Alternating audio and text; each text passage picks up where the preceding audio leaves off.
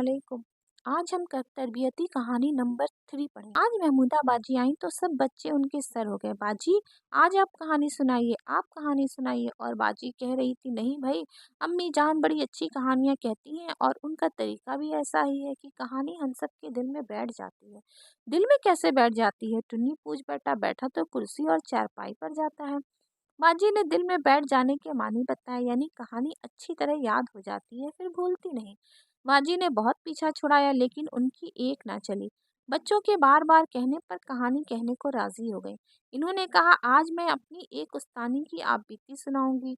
ये आप बीती उस्तानी ने क्लास की सारी बच्चियों को खुद सुनाई थी। ये आप बीती क्या होती है? सद्दू ने पूछा। आप बीती के माने हैं जो अपने ऊपर बीती हो, बाजी ने जवाब दिया और साथ ही इस तरह कहने लगी। बात ये हुई कि उस साल जो हमारी उस्तानी आपा नई नई आई हैं, उनकी एक बगल की खाल जली हुई है।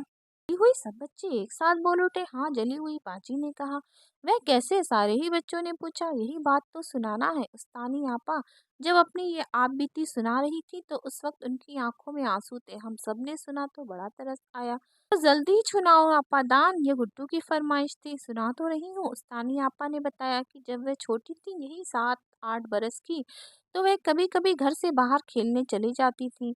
शबरात के दिनों में तो दिन दिन भर लॉन्डो में खेला करती थी। लड़के आतिशबाजी की चीजें लाते, पटाखे लाते, छछुंदरियां लाते, अनार लाते और बस तरह तरह की चीजें लाते, फिर मिलजुल कर आतिशबाजी छोड़ते। उस्तानी आपा ने ठंडी सांस भरकर कहा, जो पैसे घर से पाती उनकी फुलझड़ियाँ लाती और सब लड़कों के साथ छोड़ती। इसके बाद उस्तानी आपा ने फिर ठंडी सांस भरी। ऐ बाजी सुनिए तो, ये ठंडी सांस कैसे भरी जाती है? सफू ने पूछा।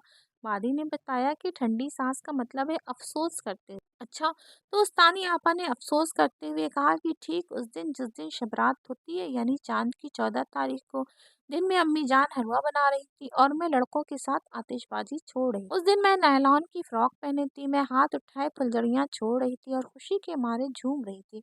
उस वक्त जलाल ने छुछुंदर जलाकर फुर्र से फेंकी तो वह आकर मेरी बगल में लगी। मुझे ऐसा लगा जैसे आग का गोला आ लगा। मैं चीख कर गिर पड़ी। लड़के डर के मारे भाग गए और मैं तड़पने लगी, फिर बेहोश हो गई। जब मुझे होश आया तो मैं हॉस्पिटल में थी।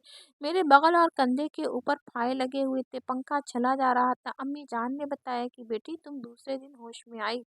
ना जाने कितने इंजेक्शन लगे, कैसी कैसी दवाएं मंगानी पड़ी। अम्मी कहती थी कि रात भर में 100 रुपए उड़ गए और कोई ना सो सका। सब अल्लाह मियाँ से मेरी जिंदगी की दुआएं कर रहे थे।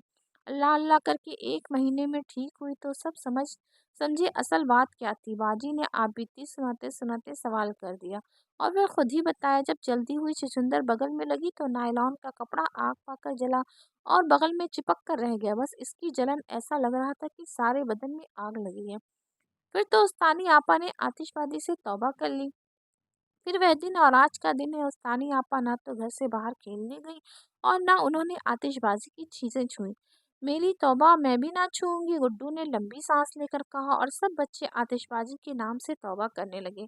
वे बच्चे बड़े अच्छे होते हैं जो आतिशबाजी के पास नहीं जाते, जैसे तुम सब हो। शाबाश।